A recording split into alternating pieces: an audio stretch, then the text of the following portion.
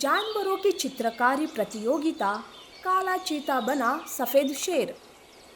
एक बार की बात है, जंगल का राजा शेर बहुत बूढ़ा हो चुका था। उसका एक बेटा था सिम्बा, जो कि एक सफेद शेर था। शेर सिम्बा को राजा बनाकर अपनी सारी जिम्मेदारियों से आजाद होना चाहता था। लेकिन सिम्बा को अभी यह सब पसंद नहीं था। वो जंगल की भागदौड़ संभालना नहीं चाहता था। वो अपनी जिंदगी अपनी मर्जी से बिताना चाहता था। सिम्बा को चित्रकारी का बहुत शौक था। वो अपने पिता और बाकी जानवरों से छुपकर चित्र बनाता था। जब शेर ने ये देखा तो उसे बहुत गुस्सा आता है और वो सिम्बा को खूब खरी खोटी सुनाता है। अरे सिम्बा, तुम इस जंगल के होने वाले राजा हो और एक अच्छे राजा का कर्तव्य होता है कि वो अपनी प्रजा का ख्याल रखे। लेकिन तुम में एक भी ऐसा लक्षण नहीं है जो एक राजा का होना चाहिए। और ये क्या, तुम जंगल के होने वाले राजा हो, कोई चित्रकार नहीं। बंद करो ये सारी बकवास और जंगल पर ध्यान दो। पिताजी, मुझे अभी राजा नहीं बनना। मुझे कुछ वक्त दीजिए। वैसे चित्र बनाना कोई गुनाह नहीं है। बंद करो अपनी बकवास। तुम्हारी इतनी हिम्मत कि तुम अपने ही पिता से जुबान लड़ा रहे हो। अब मेरी बात कान खोल कर सुन लो। अगली पूर्णिमा को मैं तुम्हें इस जंगल का राजा बनाऊंगा, चाहे तुम मानो या ना मानो। ये कहकर शेर वहां से चला जाता है। सिम्बा उदास होता है। वहीं दूसरी ओर उसी जंगल में रहने वाला बगीरा नाम का काला चीता सिम्बा से बहुत नफरत करता था। वो नहीं चाहता था कि सिम्बा उस जंगल का राजा बने। ऐसे में एक दिन सिम्बा तालाब के किनारे बैठा अपने आप से बातें कर रहा था। पिताजी मेरी बात को समझते और मुझे अपनी जिंदगी जीने का थोड़ा बहुत मौका देते तो कितना अच्छा होता। माँ, अगर तुम होती तो शायद पिताजी को समझा पाती। यूं वो उदास हो रहा था कि वहीं पास में खड़ा बगीरा सिम्बा की बातें सुन लेता है। वो मौके का फायदा उठाते हुए सिम्बा के पास जाता है और कहता है। मैं तुम्हारे दर्द को समझ सकता हूँ। हमारे माता पिता हमारी एक नहीं सुनते। वो अपनी मर्जी हम पर थोपना चाहते हैं। अरे बगीरा, ऐसी कोई बात नहीं है। पिताजी मुझसे बहुत प्यार करते हैं, लेकिन अभी मैं राजा बनने के लिए तैयार नहीं हूँ। मुझे कुछ वक्त चाहिए। तुम्हारी परेशानी के लिए मेरे पास एक उपाय है। क्या बात है, साफ साफ कहो। तुम कुछ दिनों के लिए अपने पिताजी को बिना बताए ये जंगल छोड़कर चले जाओ। जब सब ठीक हो जाएगा तो वापस आ जाना। अरे पर इससे तो उन्हें बहुत तकलीफ होगी। अगर तुम उनके तकलीफ का सोचोगे तो तुम्हारे सपने का क्या होगा। बस कुछ दिनों की ही तो बात है। बाद में वो भी समझ जाएंगे और तुम्हारा सपना भी साकार हो जाएगा। यूं बगीरा सिम्बा को अपनी मीठी मीठी बातों में फंसा लेता है और उसे जंगल से भागने के लिए मना लेता है। हाँ, सही कह रहे हो।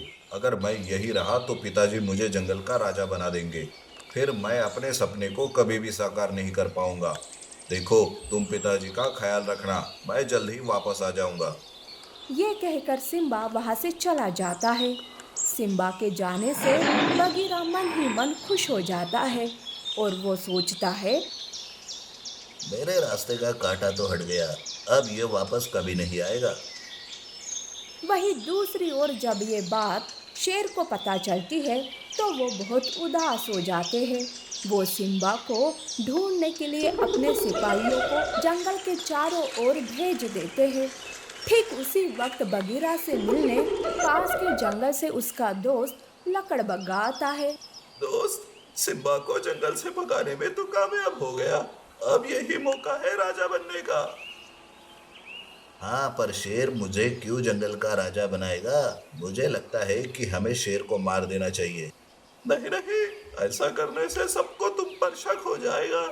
इसके लिए मेरे पास एक उपाय है। जैसा मैं कहता हूँ वैसा कर।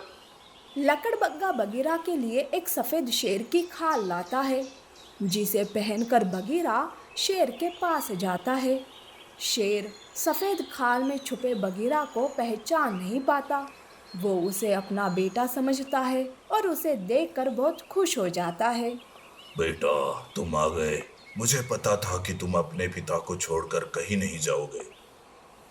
पिताजी, मुझे माफ कर दीजिए, मुझसे गलती हो गई। अब मैं आपको छोड़कर कहीं नहीं जाऊंगा।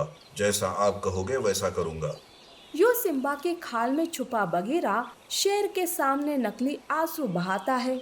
शेर सिम्बा की खाल में छुपे बगीरा को जंगल का राजा बना देता है। बगीरा बहुत खुश था। दिन यूं ही बीत रहे थे कि एक दिन सिम्बा जंगल में वापस आता है। सिम्बा अपने ही बहरूपिया को देखकर चौंक जाता है। वही शेर की खाल में छुपा बगीरा सिम्बा को देखकर घबरा जाता है। शेर और बाकी जानवरों के कुछ समझ में नहीं आता कि ये क्या हो रहा है। शेर असली सिम्बा को देखकर कहता है, अरे कौन हो तुम? तुम बिल्कुल मेरे बेटे सिम्बा जैसे लग रहे हो। पिताजी, मैं आपका बेटा सिम्बा हूँ। नहीं पिताजी, मुझे लगता है ये कोई बहरूपिया है, इसे मार दीजिए। पिताजी, मुझ पर यकीन कीजिए, मैं आपका बेटा हूँ।